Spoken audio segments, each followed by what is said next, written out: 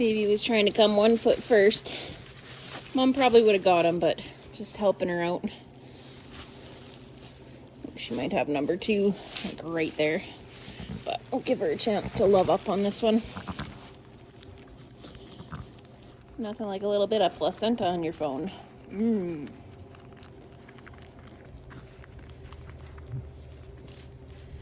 Yeah, number 2's coming. Fast and furious.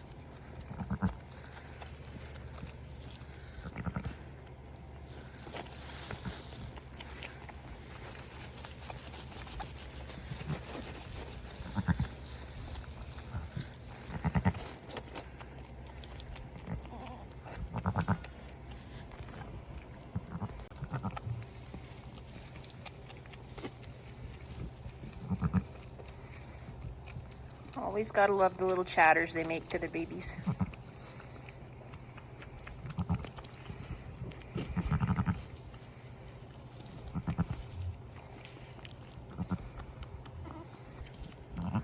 We'll see. This mom's notorious for having triplets, so she might still have a third in there.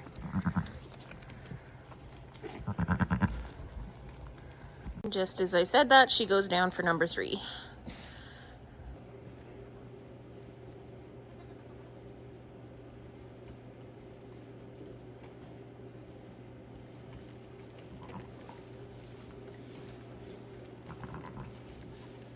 And just like that, we got triplets.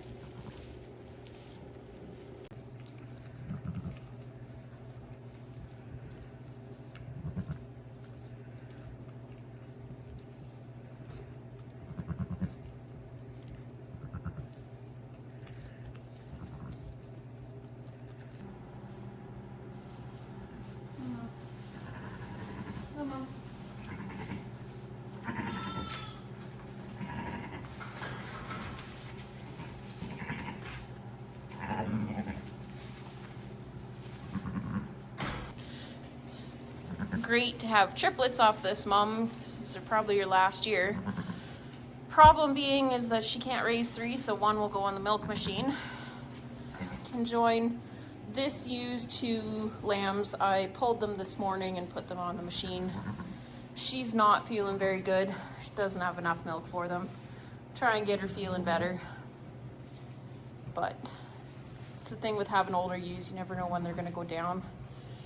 But if this one would have waited to have her single, then I could have put one of those triplets on you. But you opted to have it in the middle of the night, and it already cleaned out, so I couldn't graft anything onto you.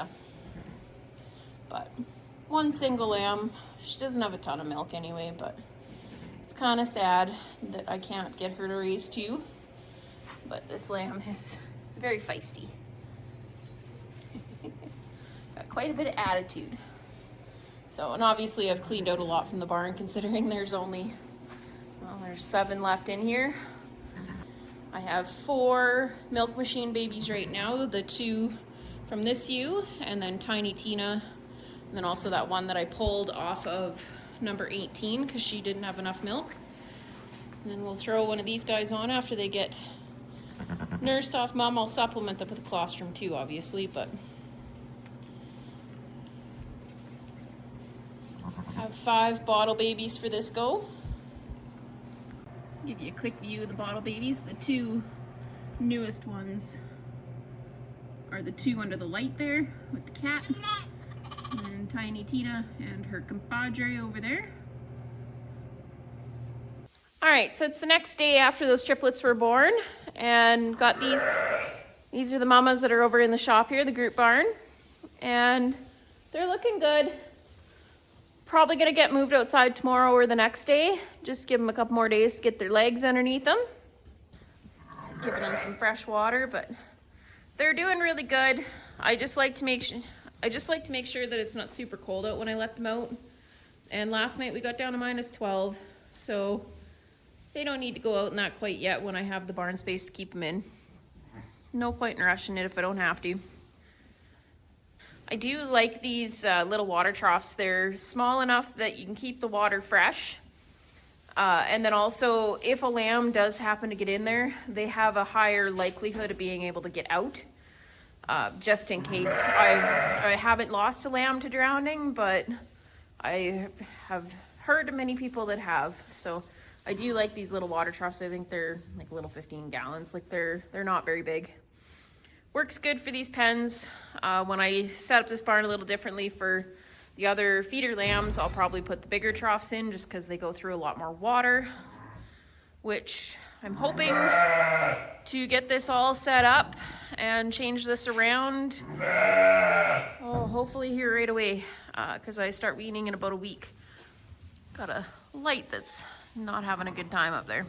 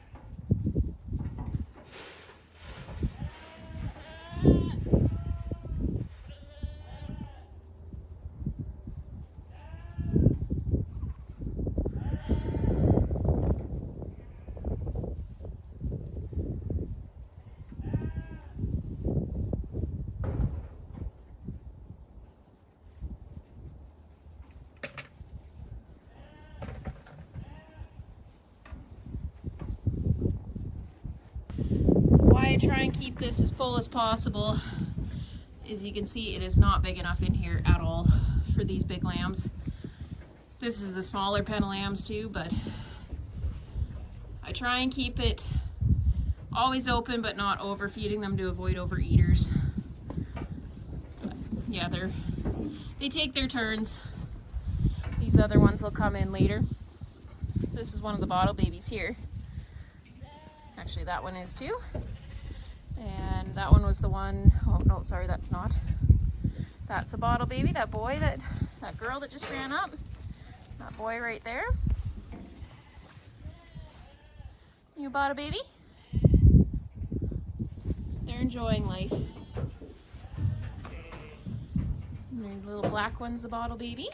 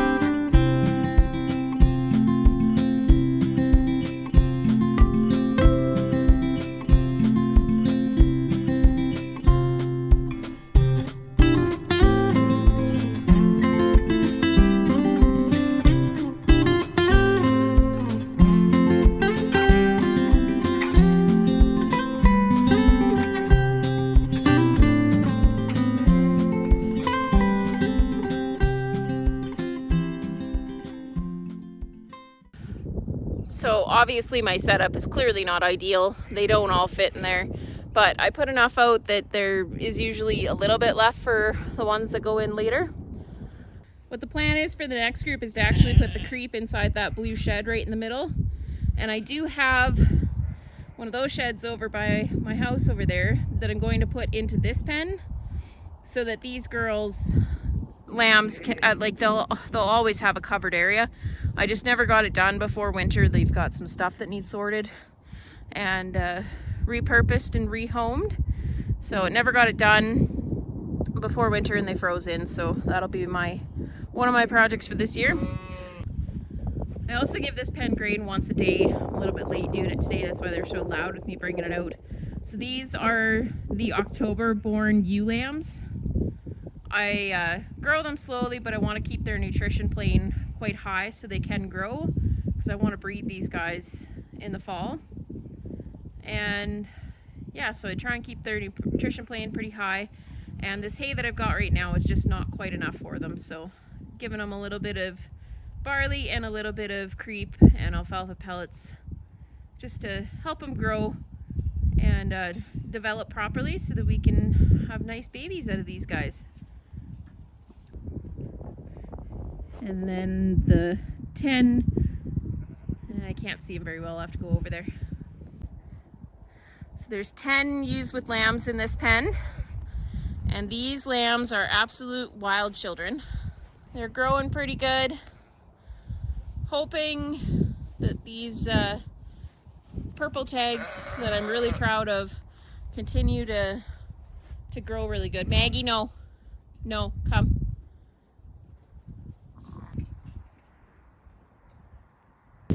So this is exactly why lambs end up with bugs in their guts, is because they have to put everything in their mouth and eat everything. Now this is an older pile and most of it should be fine, but they eat the poop, and what happens is the moms have a certain amount of coccidia in their guts. It helps their rumen work. It helps with the fermentation. I don't know the exact science behind it, but basically they have a certain amount of coccidiosis within them. They poop it out. These lambs get to this 3 weeks of age and then they start eating the poop. So if they don't have a pre-lambing vaccine for that clostridial protection, they end up getting sick. They get the runs, they get an inflamed intestines, and then they get fatty spots on their livers. Then they usually end up really, really sick, poor weight gains, but can also die. So this is why it's so important to keep these moms vaccinated pre-lambing, so that the lambs get the immunity for that clostridial through the mom's colostrum. Because yeah, you can see everything goes in their mouth.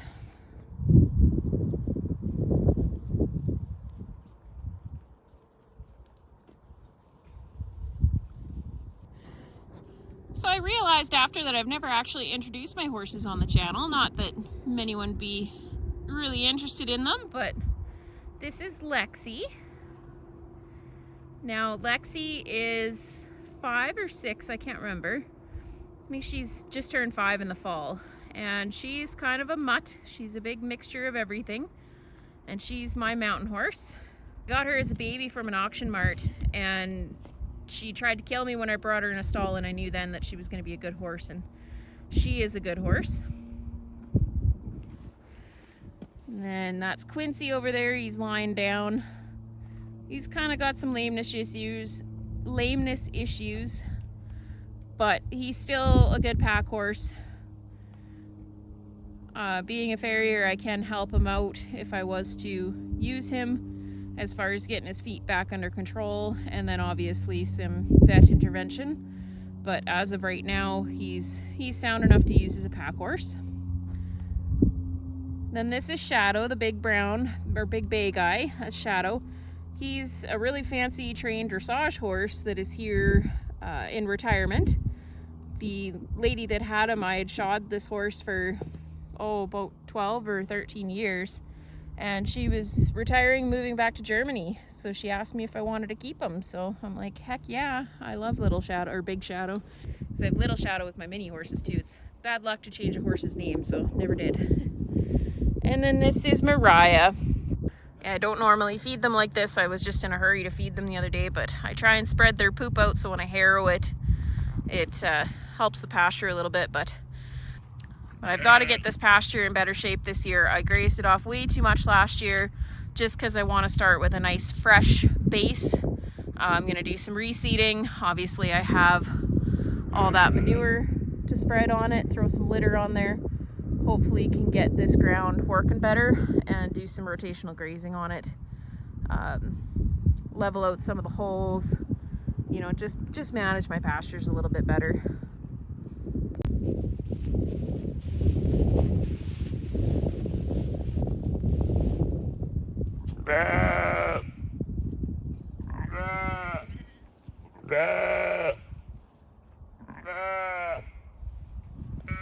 Now they're over there putting everything in their mouth. Oh, mommy's calling.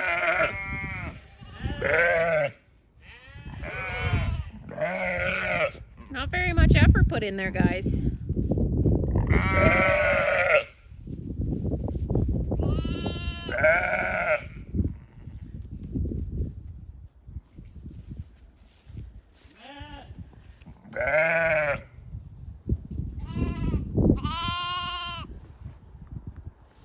The little Valentine's babies with her heart on her head.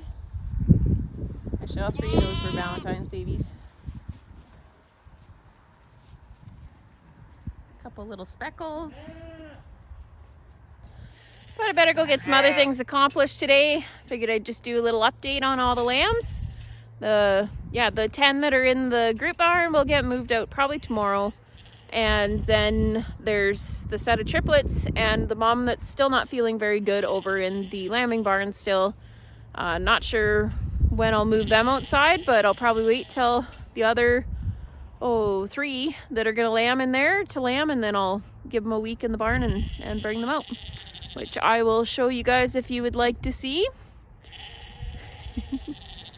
This just makes me happy. Nice sunny day. Donkey hanging out, lambs hanging out. All of the ewe lambs that are over there are due in April. They're all hanging out. It's just a nice day. It's always after one of these cold snaps, and then you get it's been a week and a half of nice weather now.